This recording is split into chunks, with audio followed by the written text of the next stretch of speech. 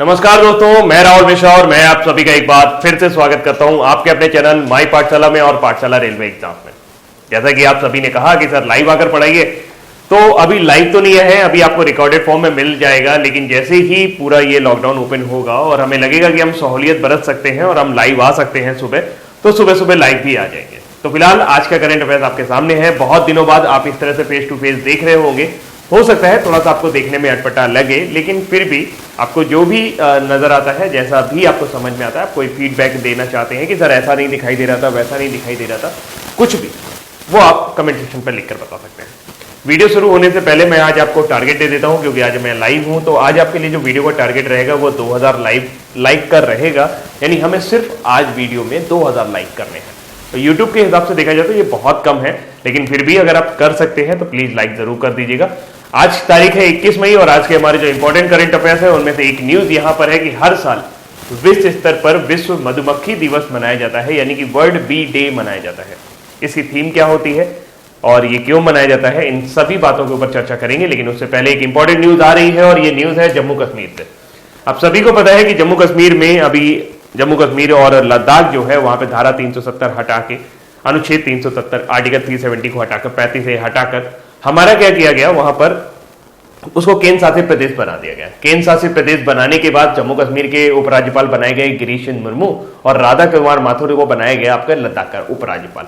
लेकिन अभी हाल ही में आप सभी को पता होगा कि जम्मू कश्मीर में इससे पहले दोहरी नागरिकता का प्रावधान था, यानी अगर कोई भारतवासी अन्य भारतीय क्षेत्र से वहां पर जाता था तो उसे जम्मू कश्मीर की नागरिकता प्राप्त नहीं होती थी, जबकि जम्मू कश्मीर के नागरिक जो थे उनको दो नागरिकता प्राप्त थी, एक भारत की और एक जम्मू कश्मीर की। अब ये प्रावधान खत्म कर दिया गया है और जम्मू कश्मीर के जो बाहर रहने वाले हैं वो भी जम्मू कश्मीर का निवास प्रमाण पत्र ले पाएंगे, यानी अब वहां जम्मू कश्मीर की नागरिकता जैसा कोई चीज नहीं रही, अब वहां पर भी एकल नागरिकता प्रावधान ला दिया गया है। इससे फायदा क्या होगा उसके बारे में बाद में बात करते हैं, पहले न्यूज देखते हैं।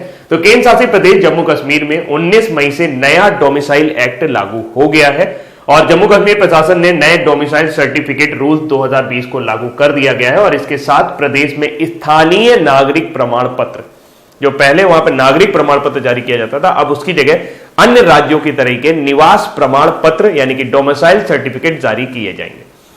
इस नियमों के अनुसार कोई भी व्यक्ति अगर जम्मू कश्मीर में 15 साल से रह रहा है या उसने वहां पर 10वीं और 12वीं की परीक्षा दी है, लगभग 7 साल तक उन्होंने वहां पर अध्ययन किया है, तो उन्हें जम्मू कश्मीर के निवासी होने का प्रमाण पत्र दे दिया जाएगा। नए डोमिसाइल एक्ट के तहत पश्चिमी पाकिस्तान शरणार्थी, सफाई कर्मचारी और दूसरे राज्यों में शादी करने वाली महिलाओं के बच्चे भी अब डोमिसाइल के हकदार होंगे।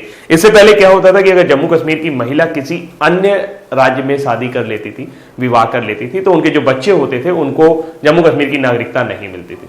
अब ये पूरा का पूरा जो नागरिकता कानून है वो भारत के नागरिकता कानून के अंतर्गत आ जाएगा और इससे फायदा ये होगा कि अब वहां पर नए लोगों को बसने की आजादी प्राप्त होगी। लोग जो वहां पर कई सालों से नौकरी कर रहे हैं, जम्मू कश्मीर में बहुत समय से रह रहे हैं, ऐसे में वो जो अपना सोचते थे, जैसे मान लीजिए मैं ही जम्मू कश्मीर में रहूंगा तो वहां मुझे असुरक्षा जैसी भावना फील होती और साथ साथ मुझे जम्मू कश्मीर की नागरिकता भी नहीं मिलनी होती थी, तो मैं क्या करता था, बिहार, पंजाब, इधर जगह निवेश करता था। ऐसे लोग वहां पर कमाते जम्मू कश्मीर से थे, लेकिन जम्मू कश्मीर का भला नहीं हो पा रहा था। अब कम से कम ये रूल आ जाने के बाद जम्मू कश्मीर के जो नागरिक हैं वो जम्मू कश्मीर में अपना स्थायी निवास बना सकेंगे और पूरे मन से जम्मू कश्मीर के उत्थान के लिए काम कर सकेंगे। दूसरा, इसका एजेंडा राजनीतिक भी है, क्योंकि जब नए लोग बसेंगे तो उन्हें वोट करने का अधिकार प्राप्त होगा। अभी तक क्या होता था, जो जम्मू कश्मीर के नागरिक होते थे केवल उन्हीं को वोट करने का अधिकार प्राप्त होता था, जिसकी वजह से वहां अलगाववादी भावनाएं जो है वो बहुत ज्यादा पनप रही थी। तो फिलहाल जो भी हुआ अच्छा हुआ, लेकिन जम्मू कश्मीर की बात छिड़ी है तो जम्मू कश्मीर अभी कुछ समय से चर्चा में क्यों रहा है इस बारे में बात कर लेते हैं। ये स्लाइड आपको हिंदी में भी देखने को मिल जाएगी, लेकिन इससे पहले हम यहां पर इंग्लिश में ही डिस्कस करते हैं। चेनाब ब्रिज, चेनाब पर एक पुल बनाया जा रहा है जम्मू कश्मीर में, जो विश्व का सबसे ऊंचा रेल पुल होगा।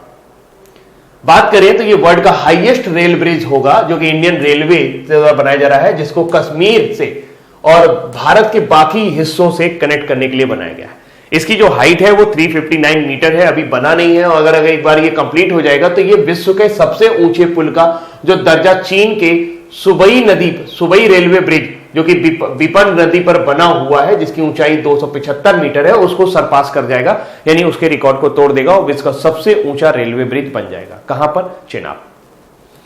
अगला, अभी हाल ही में 9 मेडिकल कॉलेज और 2 एम्स की स्थापना के लिए जम्मू कश्मीर को भारत सरकार ने वहां पर सैंक्शन किया है कि वहां पर आपके 9 मेडिकल कॉलेज खोले जाएंगे और 2 एम्स खोले जाएंगे।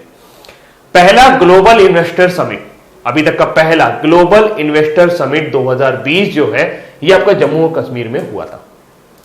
श्री किरण रिजिजू जो कि हमारे खेल मंत्री हैं, उन्होंने पहले खेलो इंडिया शीतकालीन गेम जो कि गुलमर्ग और लेह में आयोजित किए गए थे, तो पहला खेलो इंडिया शीतकालीन गेम जो है वो आपके कश्मीर के जम्मू कश्मीर के गुलमर्ग में और लेह लद्दाख में आयोजित किए गए थे। लेफ्टिनेंट गवर्नर गिरीश चंद्र मुर्मू ने अभी हाल ही में वहां पर विद्यार्थी स्वास्थ्य कार्ड योजना लागू की थी। विद्यार्थी स्वास्थ्य कार्ड योजना का जो लाभ है वो ये कि कम से कम जो स्कूलों में जाने वाले बच्चे हैं उनके स्वास्थ्य का परीक्षण होता रहेगा, पता चलता रहेगा कि उनमें कोई कमी तो नहीं, किसी तरह के कुपोषण के शिकार तो नहीं है वो। तो आगे चलते हैं। अभी हृदय कुमार जी को अभी हाल ही में नया मुख्य चुनाव अधिकारी या चीफ इलेक्टोरल ऑफिसर नियुक्त किया था ईसीआई यानी कि इलेक्शन कमीशन ऑफ इंडिया ने जम्मू कश्मीर का। तो जम्मू कश्मीर के नए चीफ इलेक्टोरल ऑफिसर नियुक्त किए गए हृदय कुमार। ले जो है इस बार इंटरनेशनल योगा डे आयोजित करेगा 21 जून को।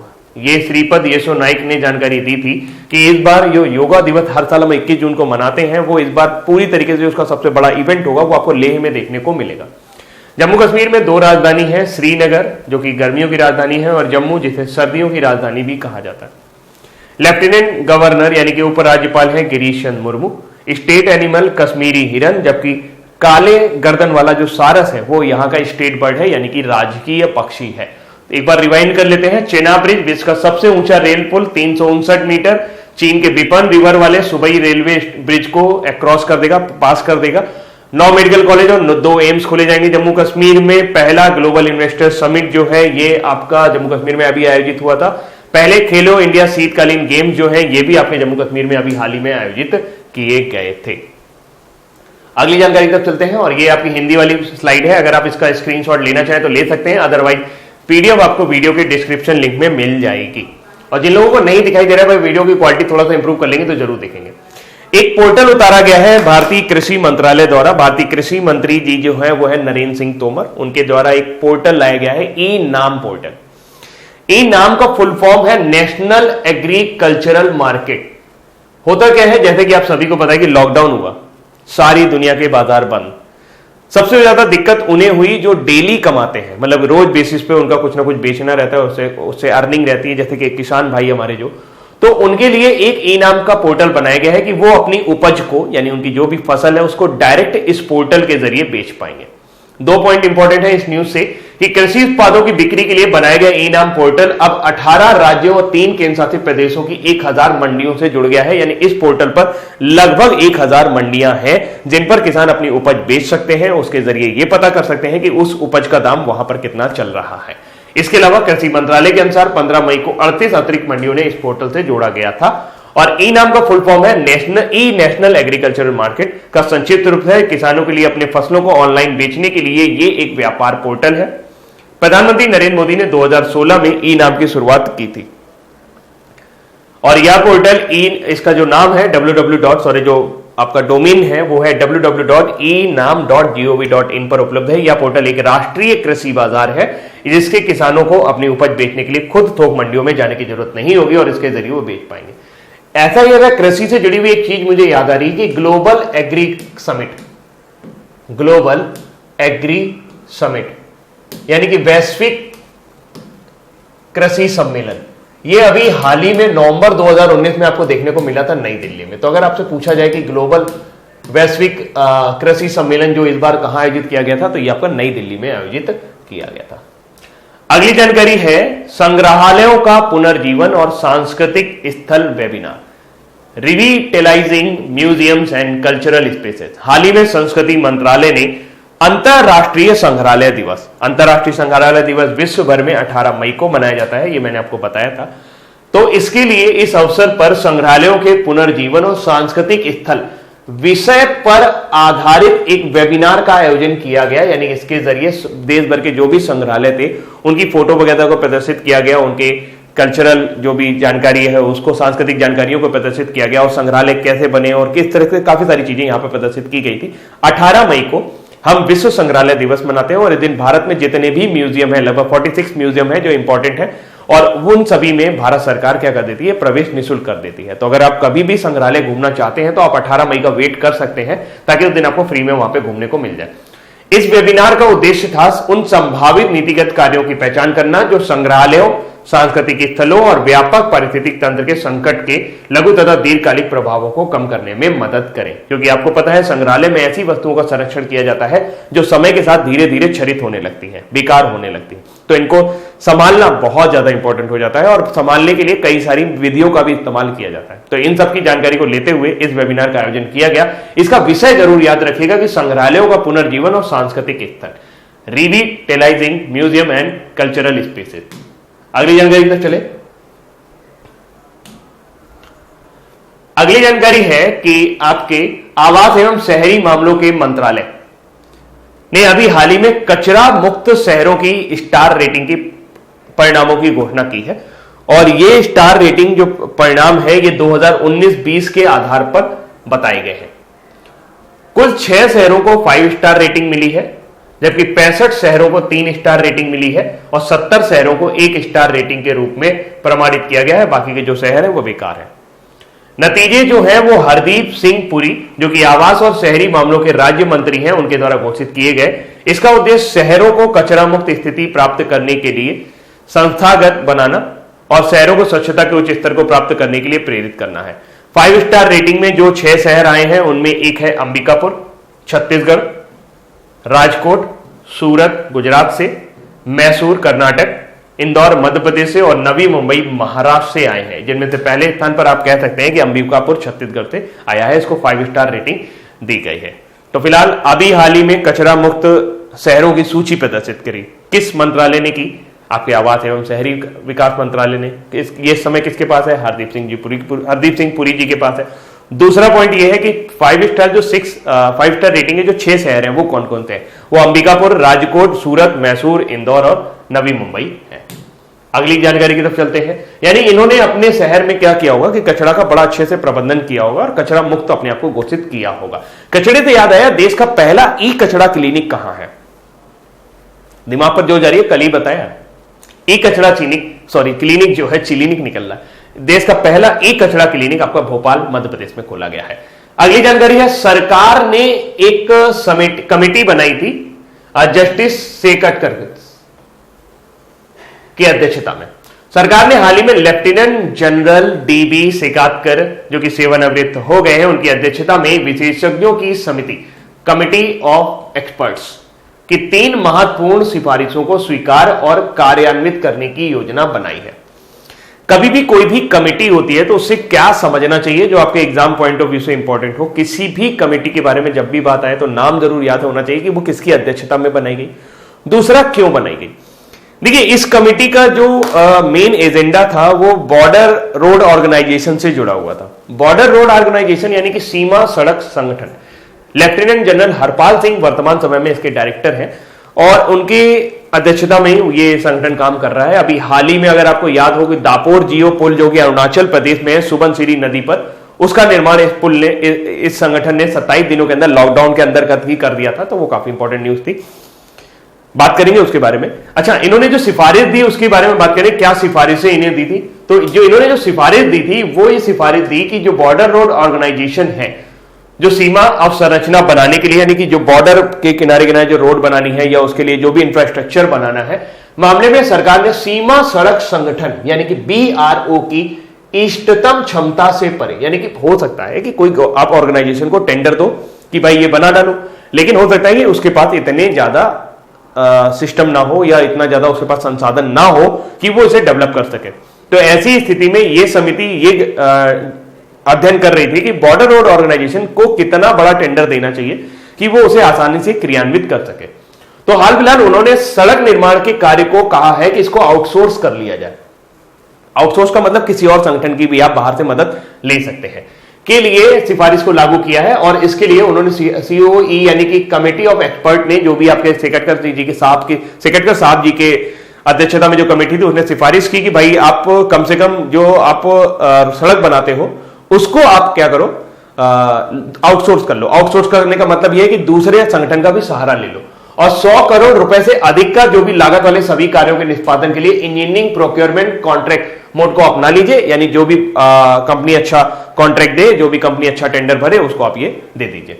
तो अभी तक क्या होता था कि इसमें जब भी अंदर तो मतलब हमारे यहाँ जो सड़क बन रही है, जो शहरों में सड़क बनी, उसके तो कोई दिक्कत नहीं है, उसके लिए तो टेंडर वगैरह पास होते थे, लेकिन सीमा पर जो सड़कें बनती थी उसके लिए टेंडर वगैरह पास नहीं होते, तो वो पूरा काम बॉर्डर रोड ऑर्गेनाइजेशन को ही करना पड़ता था। अगला बोला कि आधुनिक निर्माण संयंत्र और उपकरणों और मशीनरी को पेश करने से संबंधित अन्य सिफारिशों की बढ़ाकर कि ऐसा होगा कि आप 7.5 करोड़ रुपए की ही केवल ना खरीदें एक बार में, आप कम से कम उसे 100 करोड़ रुपए तक करिए। कम से कम जब आप किसी चीज के लिए नई मशीनरी खरीदने जा रहे हो तो उसके लिए टेंडर से, ये ना पहले लिमिट थी कि 7.5 करोड़ रुपए से ऊपर नहीं जाएंगे, लेकिन अब ये 100 करोड़ रुपए तक कर दी गई है। दूसरा, स्टाक सटीक ब्लास्टिंग के जरिए, क्योंकि कभी कभी पहाड़ी इलाकों में उन्हें करने के लिए ब्लास्ट करने पड़ते हैं, तो इसकी ब्लास्टिंग के लिए जियो टेक्सटाइल का उपयोग करें। फुटपाथों के लिए सीमेंट बेस, सरफेसिंग के लिए प्लास्टिक कोटेड एग्रीगेट का उपयोग भी निर्माण की गति बढ़ाने के लिए किया जा रहा है। और भूमि अधिग्रहण और वन और पर्यावरण मंजूरी जैसी सभी वैधानिक मंजूरी को विस्तृत परियोजना के जरिए उसका हिस्सा बनाया गया है। यानी कि ऐसा ना हो कि आप जल्दीबाजी करने के चक्कर में कहीं जगह ऐसी भूमि को आप अधिग्रहित कर लें जो किसी के यूज की हो, किसी के प्रयोग की हो। ये सब बातों के लिए डीपीआर बनाए। डीपीआर का मतलब होता है कि आप पूरी तरीके से जो उसकी विस्तृत परियोजना है, यानी कि एक डिस्ट्रिक्ट प्लानिंग रिपोर्ट बनाए और इसको लेकर आए।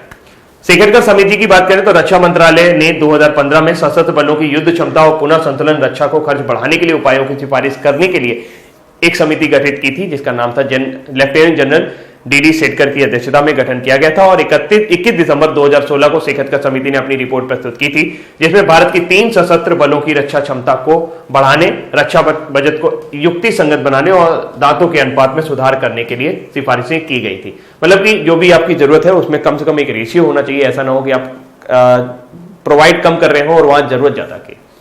तो ये 3 सिफारिशें थी जो इन्होंने लागू करवाई हैं और हाल फिलहाल उसको सरकार ने मान भी लिया है। अब ये वो न्यूज, सीमा सड़क संगठन की बात करें तो सीमा सड़क संगठन का मुख्यालय नई दिल्ली में है। इसकी संस्थापना जवाहरलाल नेहरू जी ने 7 मई 1960 को की थी और इसके वर्तमान में महानिदेशक हैं लेफ्टिनेंट जनरल हरपाल सिंह। जबकि लॉकडाउन में 27 दिनों के अंदर बीआरओ ने बना दिया था एक पुल और चीन के बॉर्डर तक सामान पहुंचाने के लिए, तो अरुणाचल प्रदेश के दापोर जियो में इस पुल को बनाया गया था। सुबनसिरी नदी पर यह बना हुआ है। अगली जानकारी है चाइना। आप सभी को पता है कि विश्व स्वास्थ्य सभा चल रही है, वर्ल्ड हेल्थ असेंबली। कहां पर चल रही है? 18 और 19 मई के 2 दिवसीय सभा हुई और आपके जेनेवा में इसको आयोजित किया गया। वहां पर कुछ इस तरीके का मसौदा पेश किया गया, इस तरह का एजेंडा पेश किया गया कि चीन ने कोरोना वायरस से जुड़ी हुई जानकारी को छुपाया और डब्ल्यूएचओ ने उनका साथ दिया। डब्ल्यूएचओ ने उनका साथ क्यों दिया? क्योंकि ऐसा बताया गया कि टेड्रोस अधनॉम, जो कि वर्तमान समय में डब्ल्यूएचओ के हेड हैं, उन्होंने कहीं ना कहीं चीन के साथ अपनी दोस्ती निभाई, क्योंकि डब्ल्यूएचओ का हेड बनाने में चीन की बहुत बड़ी भूमिका थी। और ऐसे में चीन ने अपने ऊपर लग रहे लगातार आरोपों का जवाब देते हुए कहा है कि वो 2 बिलियन यूएस डॉलर जो है वो डब्ल्यूएचओ असेंबली को देगा। उनको लगता है कि अगर हमने किया है तो हम इतना रुपया देने को तैयार है, लेकिन हाल फिलहाल उसने ये काम आलोचकों का मुंह बंद करने के लिए किया है। तो इस वर्ष विश्व स्वास्थ्य सभा का 73वां संस्करण हाल ही में वर्चुअली आयोजित किया गया जेनेवा में। इस आयोजन आमतौर पर जिनेवा में किया जाता है और इसे संयुक्त राष्ट्र के 194 सदस्य देशों के प्रतिनिधियों ने भाग लेते हैं। भारत ने अन्य 122 देशों के साथ प्रमुख सम्मेलन पत्र का समर्थन किया, जो कि कोविड-19 को लेकर विश्व की प्रतिक्रिया की समीक्षा करने पर प्रस्ताव देता है, यानी कि इसकी जांच करने के लिए बोलता है कि ये वायरस कहां से आया, कैसे मनुष्य में फैला और इसके लिए चीन वाकई जिम्मेदार है या नहीं। चीन ने कोरोना वायरस महामारी से लड़ने के लिए 2 वर्षों में $2 बिलियन देने की प्रतिबद्धता जताई है कि मैं दुनिया को, यानी कि वर्ल्ड हेल्थ असेंबली को $2 बिलियन दूंगा। ऐसे में ये बात सही चलती है। तो आगे चलते हैं। अगली जानकारी है रस्किन बॉन्ड। 7 खून माफ देखी है आपने?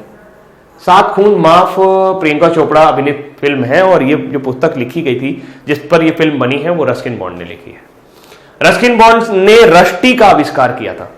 रष्टी एक उनके उपन्यास का कैरेक्टर है जिसके ऊपर वो अक्सर वो उपन्यास लिखते हैं और ये विश्व प्रसिद्ध अंग्रेजी के लेखक हैं जो कि भारतीय हैं।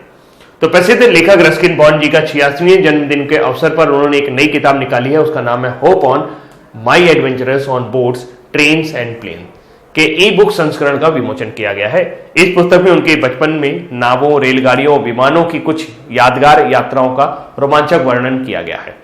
यह पुस्तक उन्होंने अपने पाठकों को कई प्रफुल्लित करने वाली यात्राएं और यात्राओं के रोमांच के बारे में बताती है। रस्किन बॉन्ड की नई किताब के चित्रण सम्राट हल्दर ने किए हैं। तो हाल फिलहाल रस्किन बॉन्ड का 86वां जन्मदिन था, उसमें उन्होंने पुस्तक निकाली। बस यही आपके लिए काफी इंपॉर्टेंट है, hope on my adventures on boats trains and plane. अगली जानकारी की तरफ चलते हैं और अगली जानकारी है वाइस एडमिरल विनय वधवार। जो तस्वीर आप देख पा रहे हैं ये है विनय वधवार और इन्हें इस बार का अलेक्जेंडर डेल रिम्पल पुरस्कार दिया गया है। अलेक्जेंडर डेल रिम्पल पुरस्कार 2019 ये यूके के रक्षा मंत्रालय द्वारा दिया जाता है और इसका चयन यूके हाइड्रोग्राफिक ऑफिस के मुख्य समिति द्वारा दुनिया भर के हाइड्रोग्राफी, कार्टोग्राफी और नेविगेशन के मानकों को बढ़ाने के प्रयासों के तहत दिया जाता है। तो हाल फिलहाल उन्हें यह पुरस्कार भारतीय जल सर्वेक्षण विशाल हिंद महासागर क्षेत्र में उनके उत्कृष्ट योगदान के लिए दिया गया है। तो इस बार वाइस एडमिरल विनय वधवार को एक पुरस्कार मिला है, उस पुरस्कार का नाम है Alexander Dalrymple award. Alexander Dalrymple award कौन सी सरकार देती है? यूके का रक्षा मंत्रालय ये पुरस्कार देता है। वाइस एडमिरल विनय वधवार 1982 में भारतीय नौसेना में शामिल हुए थे। उन्होंने भारतीय नौसेना जल सर्वेक्षण कार्यालय के क्षेत्रीय क्षमता निर्माण कार्यक्रमों का नेतृत्व किया और आज भारत में जो नेविगेशन क्षमता है उसमें इनका बहुत बड़ा योगदान माना जाता है। अगली जानकारी की तरफ चलते हैं। अगली जानकारी है हमारे यूनियन एचआरडी मिनिस्टर ने अभी हाल ही में नेशनल टेस्ट अभ्यास नाम का एक ऐप लॉन्च किया है। तो मानव संसाधन विकास मंत्रालय ने एक नया मोबाइल एप्लीकेशन नाम लॉन्च किया है जिसका नाम है नेशनल टेस्ट अभ्यास। ये जो भी आईआईटी, जेई या नीट वगैरह की तैयारी कर रहे हैं उनके लिए एक मॉक टेस्ट जैसा है कि वो अपने घर बैठे ही इन पर अपना टेस्ट कर सकते हैं। क्योंकि कोविड-19 के दौरान, लॉकडाउन के दौरान वो अपनी क्लासेस को ज्वाइन नहीं कर पाए तो उनकी पढ़ाई पर उनका नुकसान ना हो, क्योंकि आईआईटी, जेई और नीट ये हमारे देश की सबसे प्रतिष्ठित परीक्षाओं में से एक माना जाता है। और अगर इसमें कोई भी व्यक्ति या कोई भी बच्चा प्रतिभाग करता है तो उसे पूरे साल भर तैयारी करनी पड़ती है और कठिन मेहनत करनी पड़ती है। ऐसे में उनका पूरा साल बर्बाद होने के चांस है। तो सरकार अपनी तरफ से एक नई कोशिश लेके आई है कि आप नेशनल टेस्ट अभ्यास में अपना प्रैक्टिस कर सकते हैं। फिलहाल आवेदन राष्ट्रीय परीक्षण एजेंसी द्वारा विकसित किया गया है और आवेदन उम्मीदवारों को जेई मेंस एंड ईईटी जैसे परीक्षाओं के लिए मॉक टेस्ट लेने में मदद करेगा। अगर आप भी इस तरह का कोई एग्जाम दे रहे हैं तो देख लीजिएगा जाके शायद आपके लिए भी कोई इसमें मॉक टेस्ट वगैरह पड़ा हो जो आपके काम का हो। तो यह एप्लीकेशन आर्टिफिशियल इंटेलिजेंस द्वारा संचालित है और इसलिए छात्रों को टेस्ट लेने के तुरंत बाद ही परिणाम मिल जाएगा। आवेदन का मुख्य उद्देश्य शिक्षण संस्थानों को बंद करने के दौरान छात्रों की मदद करना है। तो नेशनल टेस्ट अभ्यास किसने लॉन्च किया है? आपके मानव संसाधन विकास मंत्रालय द्वारा। अगली जानकारी है न्यूज फटाफट। न्यूज फटाफट में आप देख रहे हैं ये है भाई जाकिर नाइक। पिछले साल ये काफी चर्चा में रहे थे और ऐसा माना जाता है कि ये पाकिस्तान समर्थक हैं और ब्रिटेन में विवादित इस्लामी प्रचारक जाकिर नाइक के पीस टीवी नेटवर्क पर नफरत फैलाने का वाले भाषण और आपत्तिजनक कंटेंट के प्रसारण के कारण 3 लाख पाउंड का जुर्माना लगाया गया है। यह जुर्माना ब्रिटेन में मीडिया पर निगरानी रखने वाले नियामक ऑफकॉम ने लगाया है और पिछले बार इनकी गिरफ्तारी भी हुई थी, क्योंकि ऐसा माना जाता है कि ये इस्लाम का दूसरा रूप है, मतलब जिहाद वाला, उसको ये ज्यादा समर्थित करते हैं और अपने टेलीविजन चैनल के माध्यम से इन्होंने काफी ज्यादा नफरत फैलाई। अगली जानकारी की तरफ चलते हैं। फिलहाल इनका संबंध ब्रिटेन से है, ये याद रखिएगा। हर साल हम लोग 20 मई को विश्व मधुमक्खी दिवस मनाते हैं। एपियरी आपने सुना होगा। एपियरी का संबंध मधुमक्खी पालन से है और बी कीपिंग का मतलब भी मधुमक्खी पालन होता है। एपियरी की अगर हम बात करें तो यहां पर मधुमक्खियों को पाला जाता है, उनसे शहद कलेक्ट किया जाता है। आपको पता है कि विश्व में सबसे ज्यादा शहद उत्पादन करने वाली कंपनी कौन सी है? कश्मीर एपियरी। जी हां, अपना कश्मीर एपियरी विश्व में सबसे ज्यादा शहद उत्पादन करने वाली कंपनी है और हर साल 20 मई को विश्व स्तर पर वर्ल्ड बी डे यानी विश्व मधुमक्खी दिवस मनाया जाता है। आज ही के दिन यानी 20 मई को आधुनिक मधुमक्खी पालक की तकनीक का विकास करने का जनक कहे जाने वाले एंटोन जानसा का जन्म 1734 में स्लोवेनिया में हुआ था। स्लोवेनिया की राजधानी क्या है? ज़ुब्लजाना जो है ये स्लोवेनिया की राजधानी है और अभी हाल ही में ये यूरोप का पहला देश बना है जो कोरोना मुक्त हुआ। यूरोप का पहला देश जिसने अपने आप को कोरोना मुक्त घोषित किया है। कोरोना मुक्त घोषित करने वाला यूरोप का पहला देश कौन सा है? स्लोवेनिया। ठीक है, तो मधुमक्खी दिवस मनाए जाने का जो उद्देश्य है वो यही कि हमारे इकोसिस्टम में मधुमक्खी का क्या रोल है और किस तरीके से वो परागकणों में महत्व और योगदान, उनके संरक्षण के बारे में जागरूकता बढ़ाना है। दुनिया के खाद्य उत्पादन में लगभग 33% मधुमक्खियों पर निर्भर करता है और इस प्रकार वे जैव विविधता के संरक्षण, प्रकृति और पारिस्थितिक संतुलन और प्रदूषण को कम करने में भी सहायक है। इस बार की जो थीम रही है वो है बी इंगेज। तो इस बार वर्चुअल कार्यक्रम आयोजित किया गया था, बी इंगेज्ड, ये इसकी थीम रही है विश्व मधुमक्खी दिवस की। अब बारी है आज के हमारे वन लाइनर की, फटाफट से वन लाइनर कर लेते हैं। विशेषज्ञों की समिति के अध्यक्ष कौन है जिन्होंने रक्षा सुधार संबंधी सिफारिशों को स्वीकार, जिनकी रक्षा सुधार संबंधी सिफारिशों को स्वीकार और लागू किया गया है? तो उनका नाम है लेफ्टिनेंट जनरल डीबी सेकातकर। बीआरओ से संबंधित इन्होंने सिफारिशें जारी की हैं, उसको सरकार ने मांग लिया है। पहली सिफारिश इनकी है आपके बीआरओ के काम को लेकर कि उसके काम को थोड़ा सा आउटसोर्स कर लिया जाए। दूसरा खरीद फरोख्त से लेकर है कि 7.5 करोड़ की जगह आप 100 करोड़ की खरीद कर सकते हो, ऐसा आप उनको ऑथराइजेशन दो। और तीसरा यह है कि जब भी वो किसी पर्टिकुलर जगह पर एक अधिग्रहण करने जाते हैं, भूमि का अधिग्रहण करने के जाते हैं, उसके लिए बकायदा डीपीआर बना के जाएं, यानी कि एक पूरा डिस्क्रीट प्लान लेके जाएं और उसके बाद उस पर काम करें। हाल ही में आयोजित विश्व स्वास्थ्य सभा कोविड-19 से लड़ने के लिए विकासशील देशों की मदद के लिए किस देश ने $2 बिलियन फंड की घोषणा की है? तो वो है चीन। अपने ऊपर लगने वाले आरोप से बचने के लिए जम्मू कश्मीर में नया डोमिसाइल एक्ट लागू हो गया है, जिसमें कोई व्यक्ति जम्मू कश्मीर में कम से कम कितने साल तक रहे तो वो जम्मू कश्मीर का निवासी कहलाने का अधिकारी हो जाएगा? तो 15 साल। कृषि उत्पादों की बिक्री के लिए बनाया गया ई नाम पोर्टल 18 राज्य और 3 केंद्र शासित प्रदेशों की कितनी मंडियों से जुड़ा है? तो 1000। और ई नाम पोर्टल का फुल फॉर्म क्या है? ई नेशनल एग्रीकल्चरल मार्केट। हाल ही में किस मंत्रालय ने अंतर्राष्ट्रीय संग्रहालय दिवस के अवसर पर संग्रहालयों का पुनर्जीवन और सांस्कृतिक स्थल विषय पर एक वेबिनार आयोजित किया? तो वो है संस्कृति मंत्रालय। हर साल किस दिन विश्व स्तर पर विश्व मधुमक्खी दिवस मनाया जाता है? तो 20 मई को। थीम इस बार क्या रही है? इस बार थीम रही है बी इंगेज्ड। अगली जानकारी की तरफ चलते हैं। आवास और शहरी मामलों के मंत्रालय द्वारा आकलन वर्ष 2019-20 के लिए कितने राज्यों को कचरा मुक्त शहरों की 5 स्टार रेटिंग प्राप्त हुई है? 6, जिसमें अंबिकापुर, मैसूर, राजकोट, नवी मुंबई, एक आध और है मुझे याद नहीं आ रहा। तो प्रसिद्ध लेखक जिनके जन्मदिन पर उनकी एक नई किताब आई है, hope on my adventurous on boat, trains and plane, तो उनका नाम है रस्किन बॉन्ड। किसको अलेक्जेंडर डेल रिम्पल अवार्ड से सम्मानित किया गया है? तो वाइस एडमिरल विनय वधवार। किस मंत्रालय ने एक नया मोबाइल एप्लीकेशन लॉन्च किया है जिसका नाम नेशनल टेस्ट अभ्यास है? तो वो है मानव संसाधन विकास मंत्रालय। और आप कमेंट सेक्शन में लिखकर बता सकते हैं वर्तमान समय में मानव संसाधन विकास मंत्री कौन है। बहुत आसान क्वेश्चन है, लेकिन अब मुझे कुछ क्वेश्चन याद ही नहीं आ रहा, तो आज आप यही बता दो। तो ब्रिटेन में विवादित इस्लामिक प्रचारक जाकिर नाइक के पीस टीवी नेटवर्क पर नफरत फैलाने वाले भाषण और आपत्तिजनक कंटेंट के प्रसारण के आरोप में कितने पाउंड का जुर्माना लगा है? तो 3 लाख पाउंड का जुर्माना जो है वो उन पर ठोका गया है। अगली जानकारी।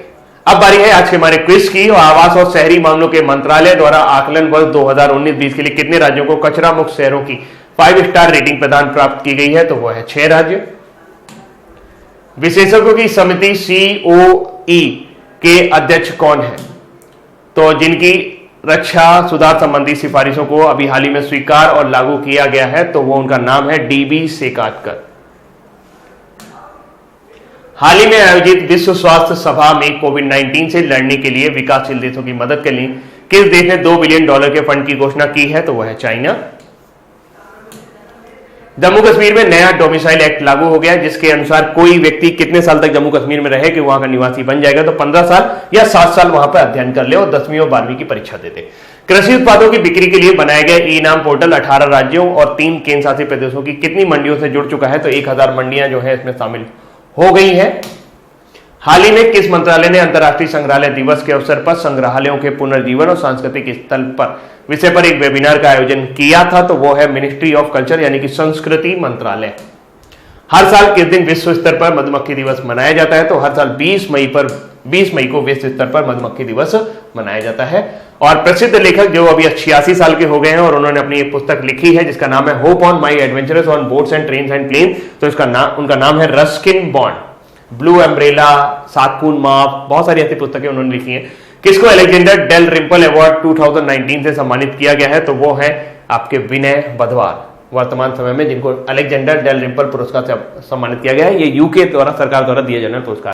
किस मंत्रालय ने एक नया मोबाइल एप्लीकेशन लॉन्च किया है जिसका नाम नेशनल टेस्ट अभ्यास है? तो हाल फिलहाल वो MHRD, माफी चाहूंगा ऑप्शन सारे गलत हैं, तो यहां पर MHRD कर लीजिए, यानी कि मानव संसाधन विकास मंत्रालय। तो इसके जरिए ये ऐप लॉन्च किया गया है। और ये ऐप क्यों लॉन्च किया है? क्योंकि IIT JEE और आपके नीट परीक्षा में जो विद्यार्थी बैठते हैं वो थोड़ा सा इसका अपना प्रैक्टिस वगैरह इससे कर सकेंगे। ब्रिटेन में विवादित इस्लामिक प्रचारक जाकिर नाइक के पीस टीवी नेटवर्क पर नफरत फैलाने वाले भाषण और आपत्तिजनक कंटेंट के प्रसारण के लिए आरोप में कितने पाउंड का जुर्माना लगाया गया है? तो उन पर 3 लाख पाउंड का जुर्माना लगाया गया है। और अगली जानकारी तब खत्म हो गया। तो ये थे आज के हमारे इंपॉर्टेंट करंट अफेयर्स, और काफी दिनों बाद इस तरीके से आपके सामने करंट अफेयर्स लेकर आ रहा हूं। तो अगर थोड़ी बहुत गलती हो गई हो तो मुझे छोड़ दीजिएगा, मतलब माफ कर दीजिएगा, क्योंकि वो कॉन्फिडेंस नहीं आ रहा है और एकदम से कैमरा फेस करने में थोड़ा सा अजीब भी लग रहा है। आई थिंक आप समझ सकते हैं। चलिए अभी के लिए इतना ही रखता हूँ। Thank you so much, bye bye, और वीडियो को लाइक कर दीजिएगा।